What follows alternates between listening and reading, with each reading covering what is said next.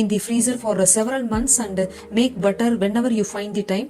I'll be preparing butter in bulk today, and we will also talk about how to portion and store the butter for long-term use. Also explore the wonderful benefits of butter, why it's best to consume in moderation. I will also show you how to make ghee using fresh homemade butter. Plus, I will prepare a delicious sweet using the flavorful residue ghee left in the pan. If you did like to watch a specific part of the video, simply use the chapters listed in the description box below. Now, let me start with the butter preparation. For this preparation, I am using whole A2 grade cow milk sourced from a trusted friend's farm. A2 milk is known for being gentler on the stomach and easier to digest, making our butter not only delicious but also a healthier option. You can use any whole fat milk available in your area, but make sure it's not skimmed. Here I have some boiled milk that has been cooled down to a lukewarm temperature. I am adding a small amount of curd or yogurt to it, gently mixing it in and leaving it to ferment for about 8 hours or overnight.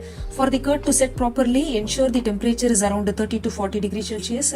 If you are living in a cold climate, you can place the milk container inside a warm oven, wrap the container with a thick towel or place it in a warm spot to maintain a consistent temperature. By morning, you will have curd ready for the next step. After the curd has set, you will notice a fat-rich layer on top, often referred to as the curd cream. This layer forms as the fat content in the milk rises to the surface during fermentation. Sometimes it might be tricky to separate the cream as it can mix with the liquid curd underneath.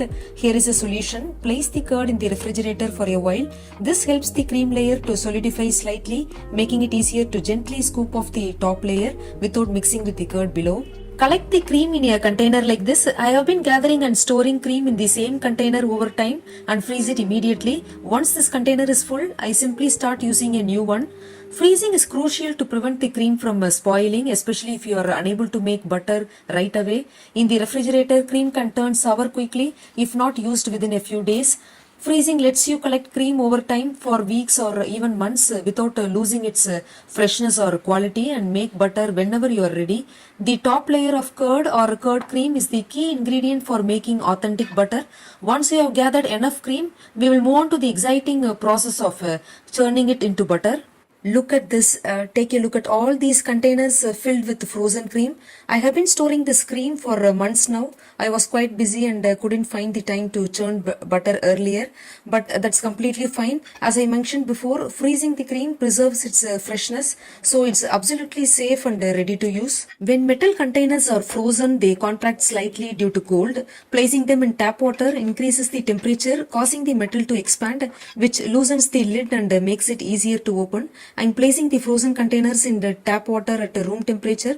This helps reduce the coldness on the surface of the containers and makes it easier to open the lids.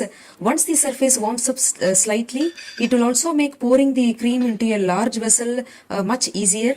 Pour out the contents thoroughly. Wash the containers with fresh water to ensure none of the cream is wasted, and add this to the vessel along with some more water to maintain the right consistency for the churning process. For this batch, I have poured the cream into 3 large containers as you see here. Make sure to leave some space at the top of each container to prevent spills during the churning process. This will help keep your work area clean. Cover the containers tightly with the plates. Now let's allow the cream to defrost completely. Since I am working with a large quantity, it took about 4 to 5 hours for the cream to thaw properly. Important thing to note here, the cream should melt completely but the mixture must remain cold. Avoid letting it reach room temperature as excessive warmth can affect the quality of the butter. Cold cream is easier to churn and yields better quality butter, so ensure the mixture stays chilled throughout the process. After a few hours, I am opening the containers. Look at this. The cream has defrosted perfectly. The mixture is soft but still ice cold, which is exactly what we want. To churn the cream, I have a metal churner here. Traditionally, my grandmother used a wooden churner sitting comfortably on the floor and taking her time to churn the cream. You can still use this method if you want to go fully traditional. For a quicker option, you can use a blender like this. With a blender, it typically takes around 10 to 15 minutes to churn the cream, depending on the quantity. Make sure to pause in between, giving the blender and the mixture a short break. This helps prevent the mixture from overheating, ensuring the butter retains its quality and texture.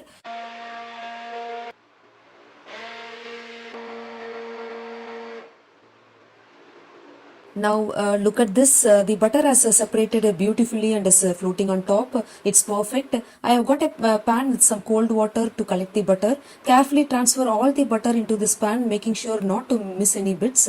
What's left behind is fresh, high quality buttermilk.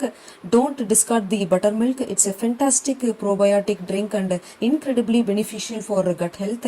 I'm going to store it in the refrigerator and consume it within 2 to 3 days while it stays fresh. You can even make a flavorful tempered drink by adding a touch of turmeric and pepper. It's not only healthy but also incredibly refreshing. Now we have got some high quality homemade butter. Since the quantity is more, I'm going to pack it in a way that allows me to freeze and store it for a long time. Here I have got some sweet box molds.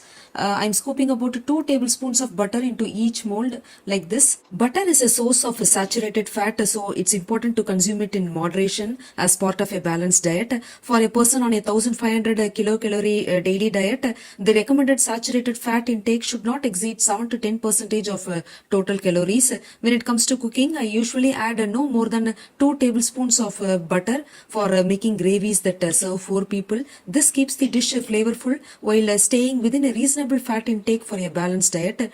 To make it convenient, I am packing the butter in small pre-measured portions. Each portion is around 2 tablespoons, perfect for a single recipe. This way I don't have to measure butter every time I cook. Pre-portioning butter not only saves time but also ensures you use just the right amount, avoiding excess while making gravies, spreading on bread or for other uses. Now I will place the butter in the freezer for around 1 to 2 hours until it becomes firm and solid. Once it's set, I will remove it and start packing the butter into separate portions using butter paper. After that, I will store these packets in airtight containers for easy access. Since I already know the size of each packet, to make the process easier, sometimes I take a large tray like this, spread the butter evenly and level it out. Then I place the tray in the freezer for around 1.5 to 2 hours. Once it's firm, I cut it into small sizes and pack each piece in individual butter paper. My butter cubes are now ready to be enjoyed for months. I generally avoid heating them directly in a hot pan as high heat can degrade the butter. Instead, I prefer using butter for gentle cooking. For example, I toast my bread first and then spread the butter on top. This prevents the butter from reaching its smoking point and helps preserve its nutritional value. A stock of perfectly portioned homemade butter cubes, rich in healthy fats, providing energy and aids in nutrient absorption, contains fat-soluble vitamins A, D, E, K, essential for immune function, bones and skin health, contains butyrate, promotes gut health and reduces inflammation. Vitamins and antioxidants in butter help maintain hydrated skin and healthy hair. Saturated fats in butter contribute to brain cell function, essential for synthesizing hormones. A quick source of calories perfect for active individuals. Now let's move on to preparing the ghee. I have reserved some butter from the earlier process specifically for this. Here I have butter blocks, a pinch of rock salt and some tender moringa leaves.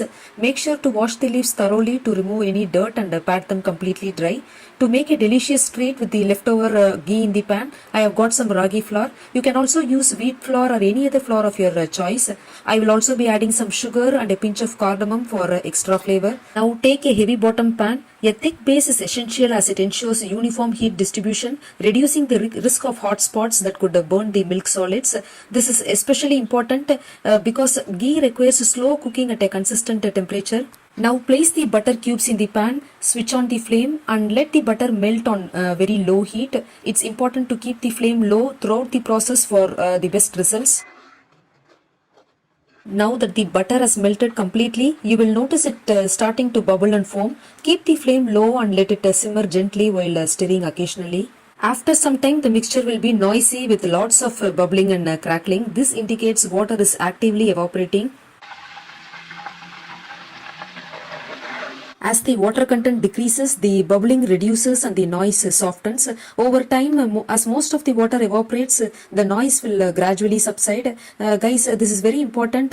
Waiting until the noise stops ensures all the water has evaporated, which is essential for the ghee's long shelf life and purity. Removing it too soon can lead a residual moisture, which may lead to spoilage.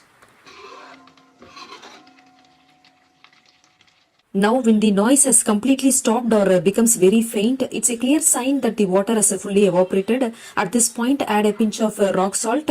followed by the Moringa leaves.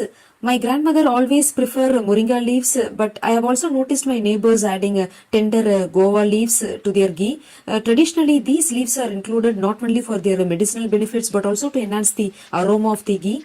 Make sure the leaves are completely dry before adding them to the pan to prevent any water from splattering in the hot ghee. Stir gently and let the leaves fry in the hot ghee for about 30 seconds to 1 minute. This will allow the leaves to release their essence and become crisp. Now you will notice the ghee turning into a golden liquid with a rich nutty aroma. This is the perfect indicator that your ghee is well made. The milk solids at the bottom will also become light brown. This is your signal to remove the ghee from the heat immediately. Remove the pan from the heat and let the ghee cool completely. Once cooled, strain the liquid through a fine mesh strainer or a cheesecloth into a clean dry jar or bowl. Make sure the ghee is completely cool before sealing the jar. You can store it in a cool, dry place and it will stay good for several months. Now, don't discard the browned milk solids. My grandmother used to make a delicious, nutritious treat out of them by combining them with ragi or finger millet flour and sugar. It brings back such fond memories from my childhood, sitting next to her and watching her making this simple yet delightful treat. It was always a source of joy for me. Now, place the pan back on the flame and slightly warm up the milk solids. Once warmed, add enough ragi flour to completely coat the ghee. Roast it on low flame for about 5 to 7 minutes or until it becomes aromatic and slightly darker in color. Next, add sugar or grated jaggery depending on your preference and add a pinch of cardamom powder to enhance the flavor. Stir well until the sugar melts and blends seamlessly into the mixture. Remove the mixture from the heat and let it cool slightly. While it's still warm, take small portions and shape them into round laddus. If the mixture feels too dry to bind, add a teaspoon of warm ghee to help bring it all together. Now, let me quickly walk you through the health benefits of ghee. Like butter, ghee is rich in butyric acid, which supports intestinal wall health and reduces inflammation in the gut. This is particularly helpful in conditions like arthritis and gut inflammation, and studies suggest it can aid in managing inflammatory bowel disease. Ghee also supports heart health. Research shows it can improve levels of good cholesterol, HDL, and may have neutral effects on bad cholesterol, LDL, when consumed in moderation. Ghee is lactose and casein free, making it a safer fat source for those with lactose intolerance or dairy protein allergies. Another key benefit is its high smoking point, making it ideal for safe cooking without forming harmful free radicals. Ghee contains a conjugated linoleic acid, which is linked to anti-inflammatory properties and helpful for managing obesity, diabetes, and even reducing cancer risk. It also provides essential fat-soluble vitamins A, D, E, K, which support vision, immunity, bone health, and antioxidant activity. The healthy fats in ghee are crucial for brain health, particularly for cognitive functions and nerve signal transmission. Additionally, ghee can enhance skin health. Ghee is an excellent source of medium chain triglycerides, which provide a quick energy and support fat metabolism. These benefits are supported by studies, but remember, the key is moderation to balance ghee's high calorie content. This traditional method of making butter and ghee is truly loved by many in India. It brings back memories of home cooked meals and the authentic flavors we cherish. Thank you for watching. Don't forget to check the chapters in the description below to easily navigate to the part you are most interested in. If you enjoyed this video, give it a thumbs up, share it with your friends, and subscribe for more traditional recipes and tips. See you in the next video.